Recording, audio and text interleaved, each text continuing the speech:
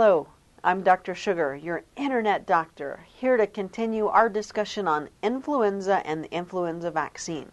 I will discuss the current recommendations for who should not get the influenza vaccine. So if you're ready, let's get started with a dose of medical inspiration. The cold and flu season is already upon us this year, and I want you to be prepared. One of the worst things that could happen is that someone in the family comes down with the flu, and then this flu spreads through the whole family during the holidays. And when that happens, Santa doesn't dare come down the chimney at your house to leave the presents and eat your tasty treats. The Christmas presents are left unopened under the tree. The family wakes up days later, and after sleeping so much, the house cleaner wonders what the heck happened to the bathroom.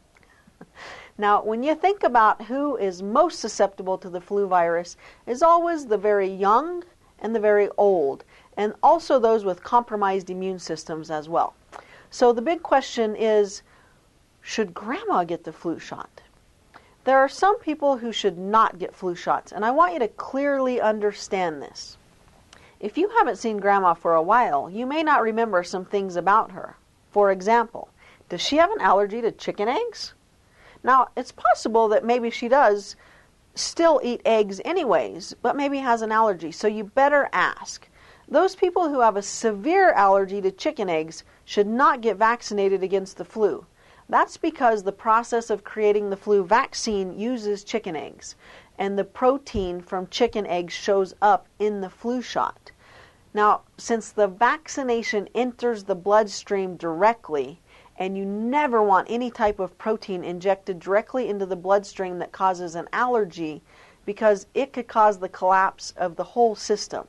So remember, any grandma allergic to chicken eggs means no flu shot. My next point is if Grandma ever had a severe reaction to a flu shot, she shouldn't get the flu shot either. Remember, if she had one reaction in the past, there's a cellular memory of that reaction in her body. So the next time the flu shot is taken, the reaction could be much, much, much worse. So no flu shot for Grandma if she reacted negatively to the flu shot at any time in the past. The next point is that if Grandma has a moderate to severe illness with a fever, she should not get the flu shot until she's recovered fully. We don't want to vaccinate when someone is already trying to fight off an infection. Next point is that any grandma that has developed Guillain-Barré syndrome should not get the flu shot. If she does have this illness, she should wait for at least 6 weeks before she decides to get the flu shot. And my last point for today is that Grandma should never get the nasal spray flu vaccine. Remember, this is recommended for people who are between the ages of 2 and 49 years old only, and they must be healthy. The flu can kill people. Do you remember several years ago when the hospitals were filled with people who had the flu? Many died from the complications. Now, the most common reason people die from the flu is that they develop secondary infections, such as pneumonia. Historically speaking, the American Indians in this country died from the cold and flu virus that was brought over to America by the Pilgrims. We often think of the flu virus as just a little virus, but it's definitely something to be concerned about. I'm Dr. Sugar, trying to keep you safe during this cold and flu season. I want you to watch over Grandma. And don't let her take the flu shot if she fits into any of the categories we talked about today.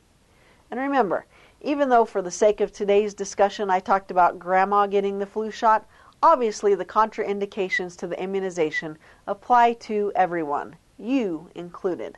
I'm Dr. Sugar, and if you haven't already done so, be sure to watch all of the medical inspiration videos on cold and flu. Thank you for joining us, and check out the video content library for many other medical videos on a wide variety of topics. And I'll see you there.